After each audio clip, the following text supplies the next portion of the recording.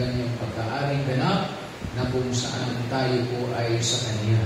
Well, tayo po ay tumalo at mag-aaral ng salita ng Diyos. Pakibuksan niyo po ang Biblia sa Efeso, Kapitulo 3, talatang 17 hanggang 19. Ephesians chapter 3. Nais ko po inyong tingnan ang ating po batay na pag-aaral sa huling ito.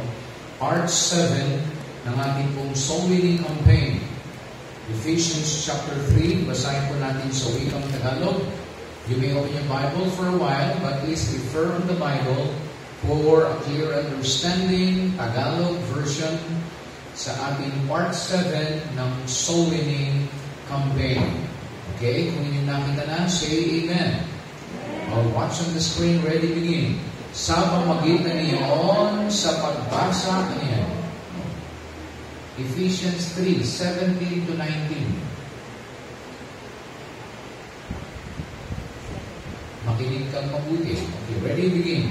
Na si Kristo ay manahan sa inyong mga puso sa magitan ng pananampalataya upang kayo ay mag-ugat at magtulibay sa pagpili ay lumakas upang matalastas pati ng lahat ng banal kung ano ang luwang at ang haba at ang taas at lalim at makilala ang pag-ibig ni Kristo na di masayod ng kalaman upang kayo ay makapuspos hanggang sa buong kapuspusan ng Diyos. Kabilang naman salamat po sa gabing ito ng pagpupulay ng iyong mga salita.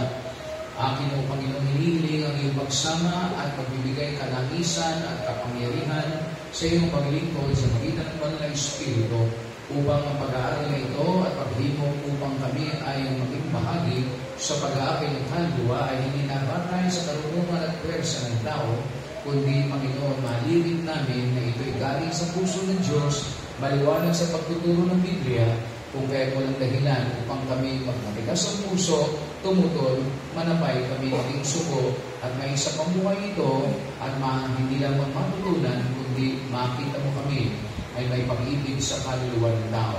Meron pang natitilang 3 araw bago maglinggo, pwede mo Panginoon utusan at subuhin sa iba't ibang lugar, sa iba't ibang tao na kung saan kami magagamit mo sa pag-aakay sa kanilang mga kaluluwa. Sa pangalan ng Panginoon Jesus, kaya manalangin. Amen.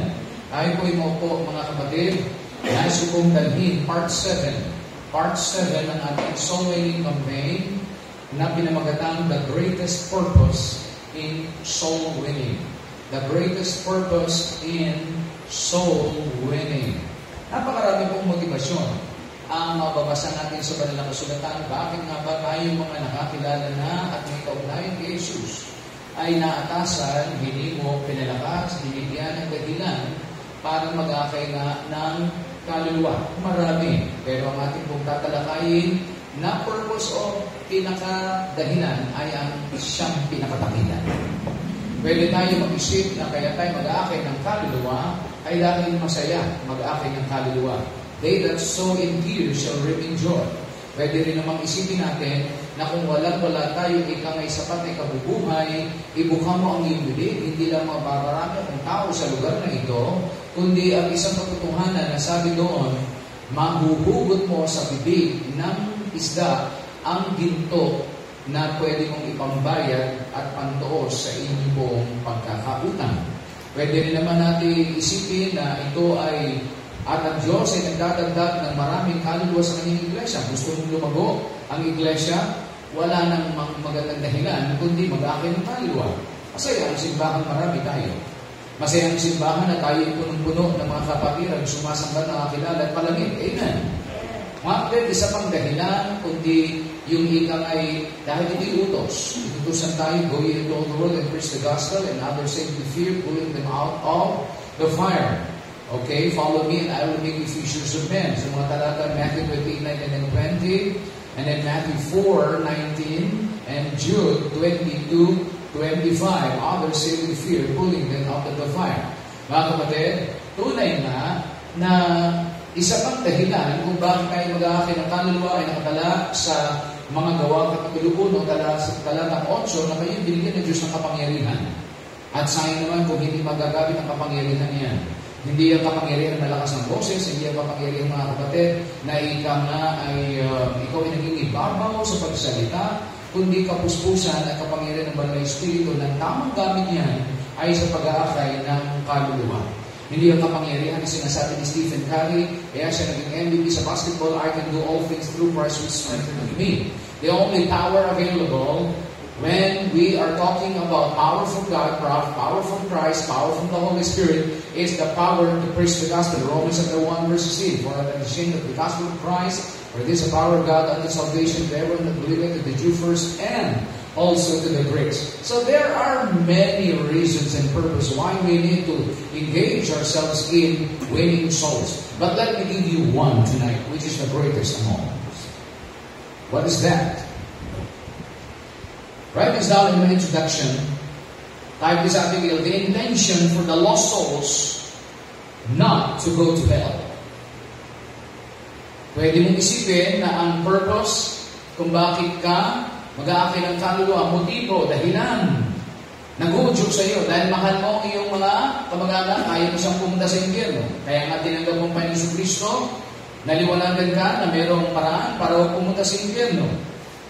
We call it winning or warning, rather. The intention for the lost souls not to go to hell. In other words, warning.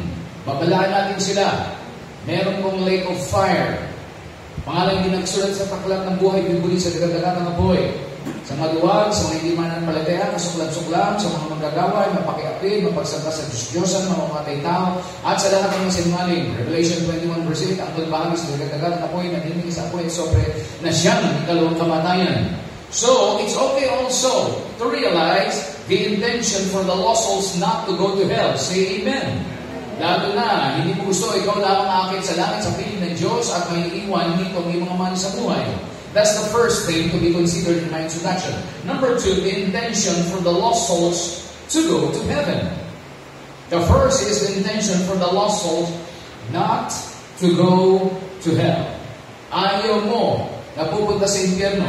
John 3:16, that whosoever believeth in Him should not perish. Amen. But have everlasting life. The second intention may be for the lost souls not to go to heaven. John 14, 1-6. Jesus saith unto him, I am the way, the truth, and the life. No man cometh unto the Father but by me. For our citizenship is in heaven together with Christ Jesus. Okay? If it were not so, I would have told you, I go to prepare a place for you. Okay, I go to my Father to prepare a mansion for you. Now then, I will give you the new heaven and the new earth. The Bible says, the first heaven and the second heaven, and the first heaven and the first earth are already erased in Revelation chapter 21, verses 1-5. Written in the Bible, He's encouraging us na ipangaral ito na ang tao ay dapat magkaroon ng pagkakataon makarating sa langit sa buhay ng langgan. Are you saved? Isn't it wonderful that one day when you die, you will go to heaven for sure? Amen. Okay, I'm very glad na si Sonia ay may burden sa kanyang mga mahal sa buhay. At come what may, gumaling sa sakit, praise the Lord. Hindi, at kuhanin ng Panginoon, alam natin, sininakarinig ng Ebanghelyo, tumanggap sa Panginoong Yesu Cristo. And with that, I nais ko po mag-announce ng Sonia by September. Please do not prepare anything. The church will be the one to prepare something to feast upon. By September, we will choose a date appropriate for you and for us as manpower of the church to go to Rosario again and i-follow up. You may go with us. At magkaroon po tayo ng mini concert, hanap tayo ng lugar, maghahanda tayo ng pagkain, mag-house-to-house-solving tayo sa Amen, at magbubukas po tayo ng gawain. Nagsabi na ako, Sir Junandal, huwag kang mangamba, hindi natin aagawin ang kanyang mga miyembro. Would you like me to share the good news again? Say Amen. Let's be excited of hearing the Word of God. For the intent, for the lost souls not to go to hell, and the second thing is for the lost souls to go to heaven. Ang pangalawang balita mga kapatid, meron tayong gawain sa Rosario, meron tayong gawain sa Nagiva at sa Mainit. Please help me. I talked to Brother Gaylord na ikaw ay pumunta sa kamag-anak ng iyong misis. Anong lugar yun? Look. At doon ay pupuntahan natin ng luklok, luluklukan natin sila, uupuan natin sila para ibahagi ang salita ng Diyos pagka nagkatuga at nagkayari. Tutulungan kita at first hanggang sa mga tao ay magkaroon ng ugat. At kapag ika nga ay magmamaterialize na sila ay lalo kay Kristo, iiwan ko na ang gawain yun sa iyo dahil ikaw naman ay marahil gwapong-gwapo sila sa buhay mo at sa patotoo mo. Alang-alang kay Kristo, walang higit ang magmamalasakit sa kanyang kaluluwa, huwag pumunta sa impyerno, kundi sila ay pumunta sa langit. Isa pang magandang balita mga kapatid, si Tatay Atier, Sir Joel Limapoy, pupunta kami doon sa Cavite. At may house blessing, ipagpebre ko po ang bahay at makikilala ko po ang kapatid mo at ang pastor marahil niya. At pagkatapos babalik kami mga kapatid sa Sabado rin araw na yun, pupunta kami sa lola mo, sa nanay ng iyong mami at mag-i-start din po tayo ng panibagong gawain sa napakalaking angkan nila Sir Joel sa lugar ng Nasugbo. Ang Diyos ay patuloy nagbubukas ng pintuan. Bihirang magbuksan tayo ng pintuan, bihira tayo makakita ng kontak, bihira tayo makakita ng mayroong apoy at pagmamalasakit sa kaluluwa ng tao. Marami pa sa Pilipinas na hindi naaabot ng Ebanghelyo.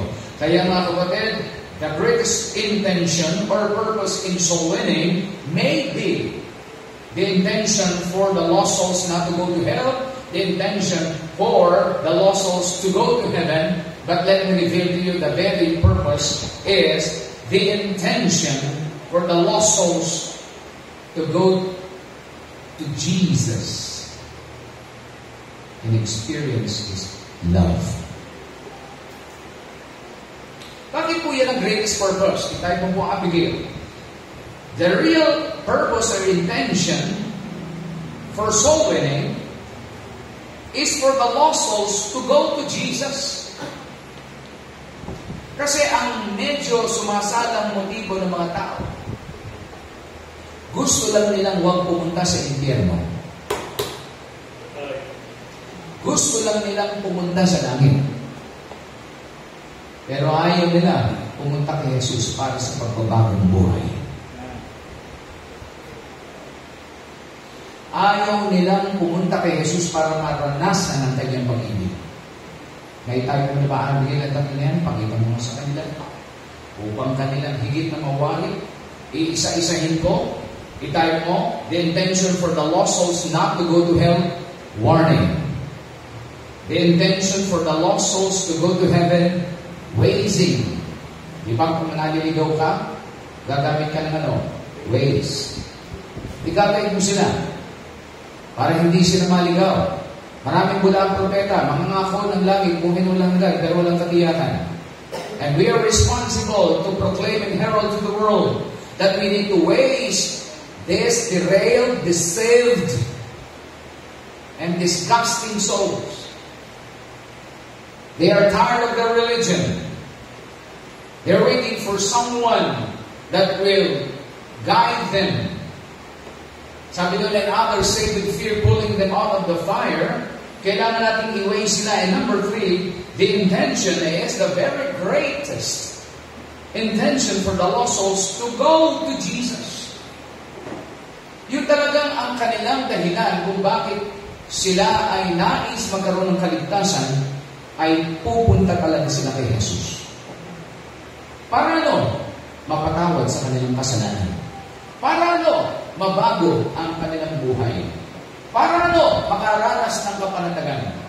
Para ma-realize nila na ang kanilang kakampi sa buhay na ito na napakagulot walang katiyakan.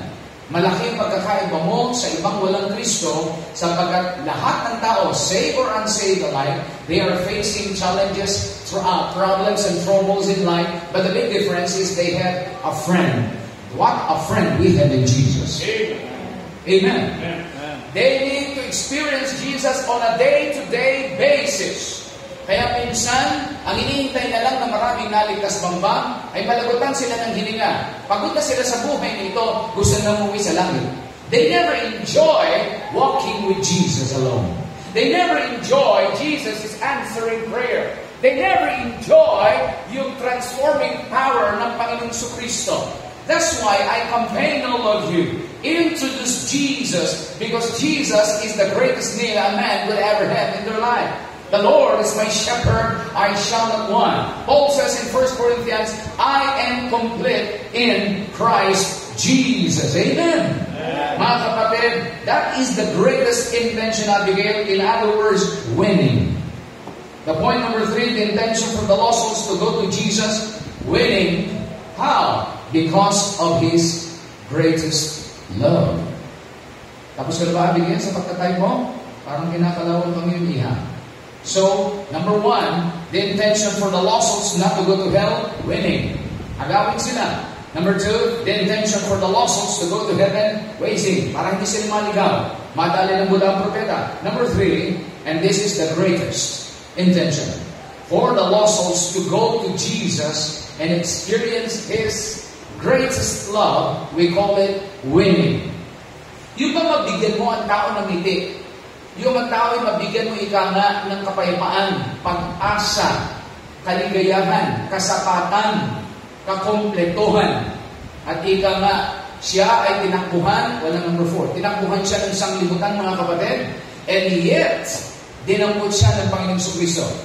Diba, nasasabi natin, mga kapatid, ako ay pabayaan ng aking ama at ng aking ina, gayman ni ano? Dadamputin ako ng aking Panginoon. Dinampot tayo ng Panginoon sa lusak ng kasalanan.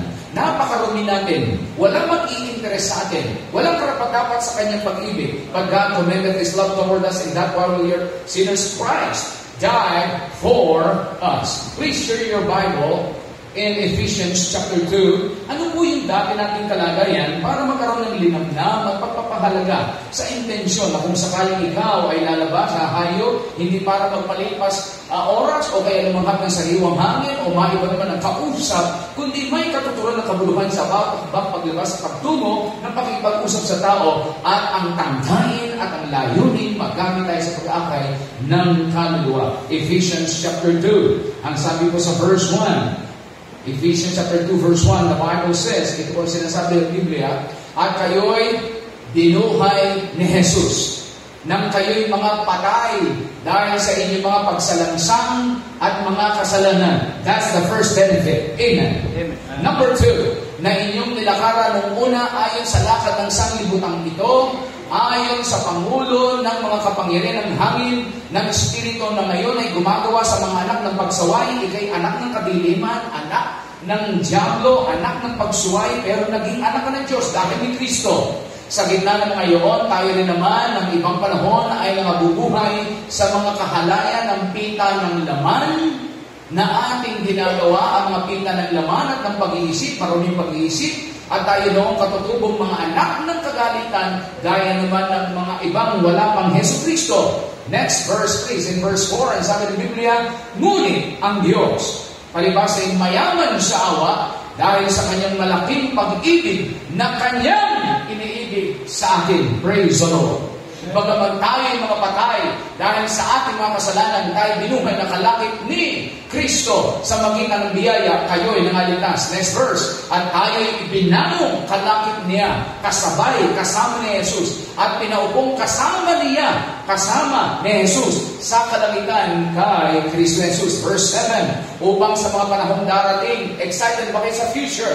Amen. Ay maihayag niya ang dakilang kayamanan, hindi ka mahirap, Sir Joel, ng kanyang biyaya sa kanyang dakulog sa atin kay Kristo. Siya na naman ang bida sa usapang ito. And verse 8, paano natin nakamtan ang bagay niyan? Verse 8, sapagkat sa biyaya kayo'y nangaligtas sa magitan ng pananampalataya, at ito'y hindi sa inyong sarili, ito ay kaloob ng Diyos. Verse 9, ang sabi ng Biblia, hindi sa magitan ng mga gawa, upang ang sinuman ay huwag magmapuri. At ang intention ng Tuhan, kung ba't pinagalang maligtas, na ang inyong dating kalagayan ay anak ng pagsuway, kadiliman, kapahamakan, anak ng impyerno, kadiliman, pamilya ng Diablo, patungo sa kaliwanagan, anak ng Diyos, buhay na walang hanggan, patay na binuhay na magmuli. Ano ang lunduan at layunin kung bakit kinakailangan kang may pakilala sa pag-ibig at pagliligtas ni Kristo? Sabi sa verse 10, sapagat tayo'y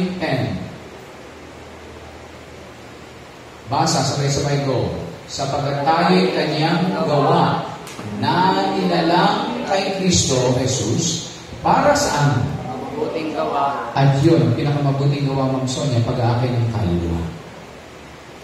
Ng mga inihanda ng Diyos ng basa, na mga inihanda ng Diyos ng una pa upang siya natin, yun ang ating buhay.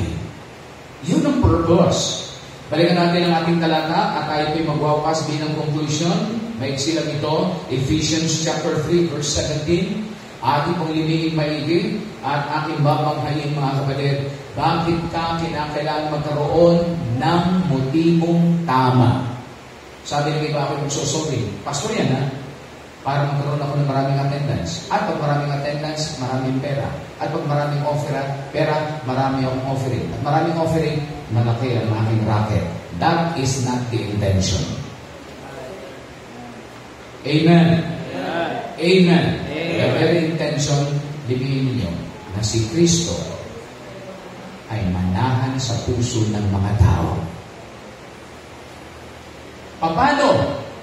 Sa pamamagitan ng pananampalataya at upang kayo, lahat ng naligtas, si Jomer, si Micah, si Hannah, lahat kayo narito, upang kung kayo'y dapat mag-ugat. At magtumibay. Saan?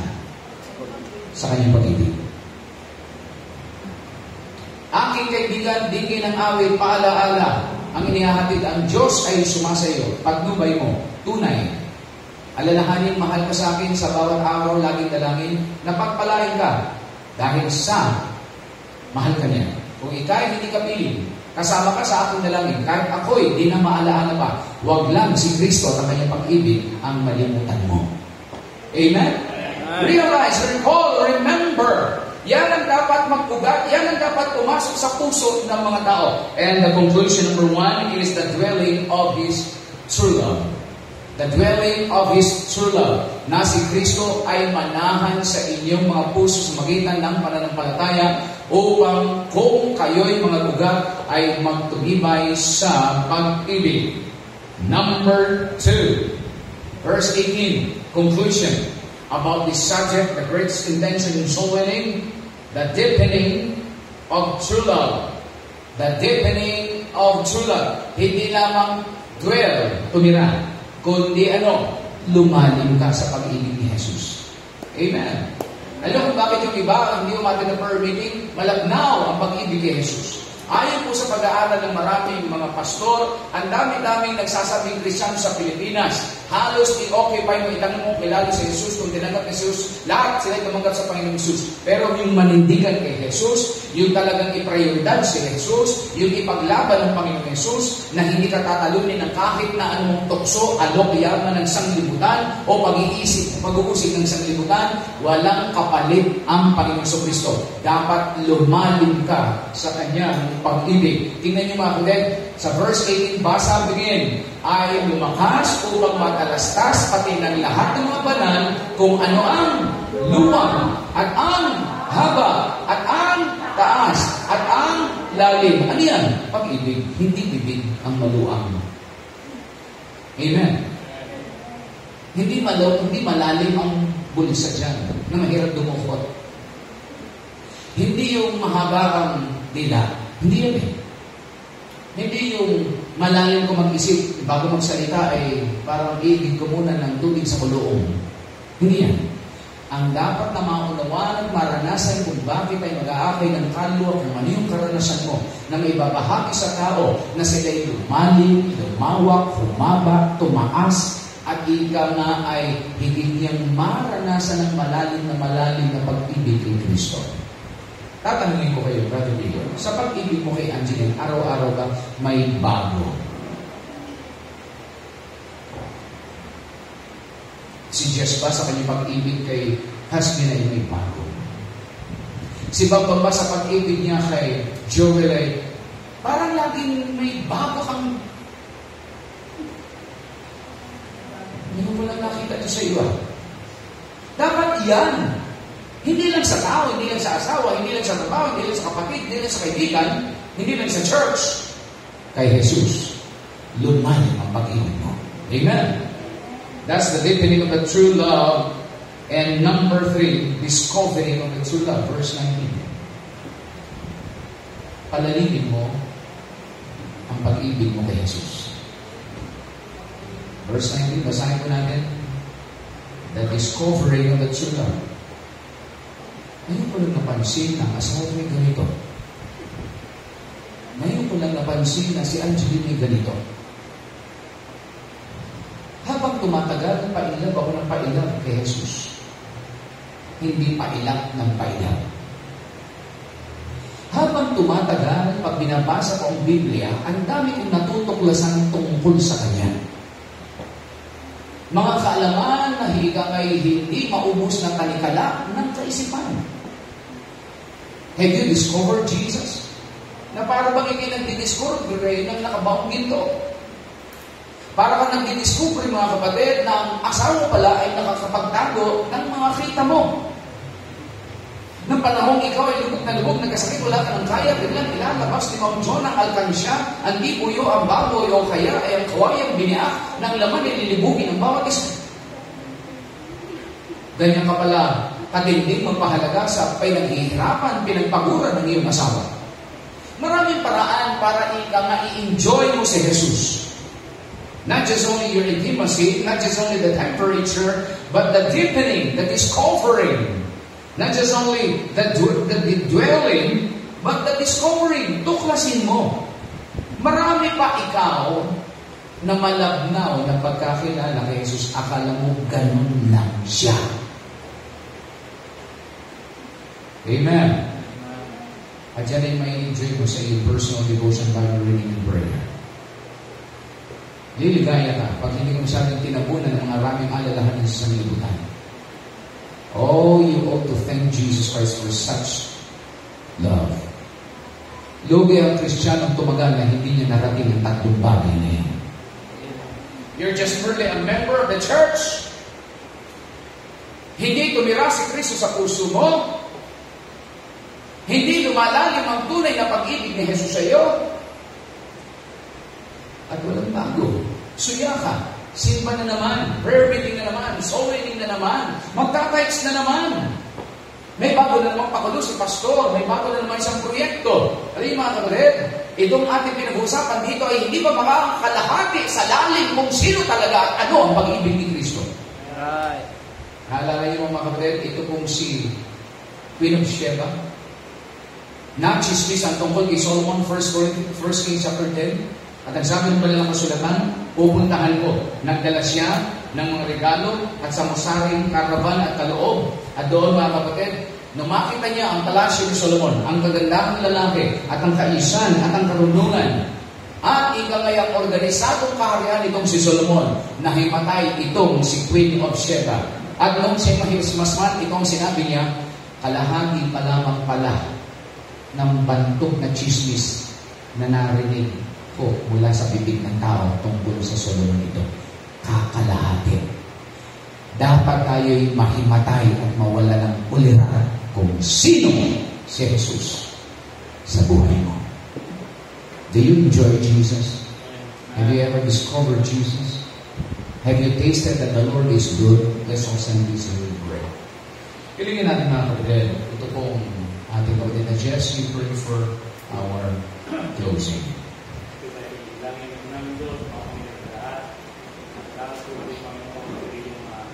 Buhay, pati na ama na sana ay marunong namin sila ng pag-ibig kung paano Panginoon na bibig ng parang namin na hanggang ang buwan mo ay ibinigay mo upang sa aming kaligtasan sa Panginoon sa pagkakaroon ng bawat isa na aming Panginoon ay namin ang lumalim ng pag-ibig at pagkakita sa iyo at malang Panginoon sa iyo kasan. Papalain po Panginoon ang bawat isa ng anak. Kung walang po ba naman iba, yung mga kakailangan, pagkatawanin po ba sila at mga Panginoon ay susunod na meeting po Panginoon, yung nakakami namin upang magdagdagan at kalaman ang tunay na kanilang tinanggap ang kaysayan po Panginoon na hindi pa nakalanasan ng iba. Kaya Ama, walang po ba ng bawat isa, maharap po ng Panginoon. Praise the Lord. Ang pimong offering, ating naki-schedule ay maghanda na.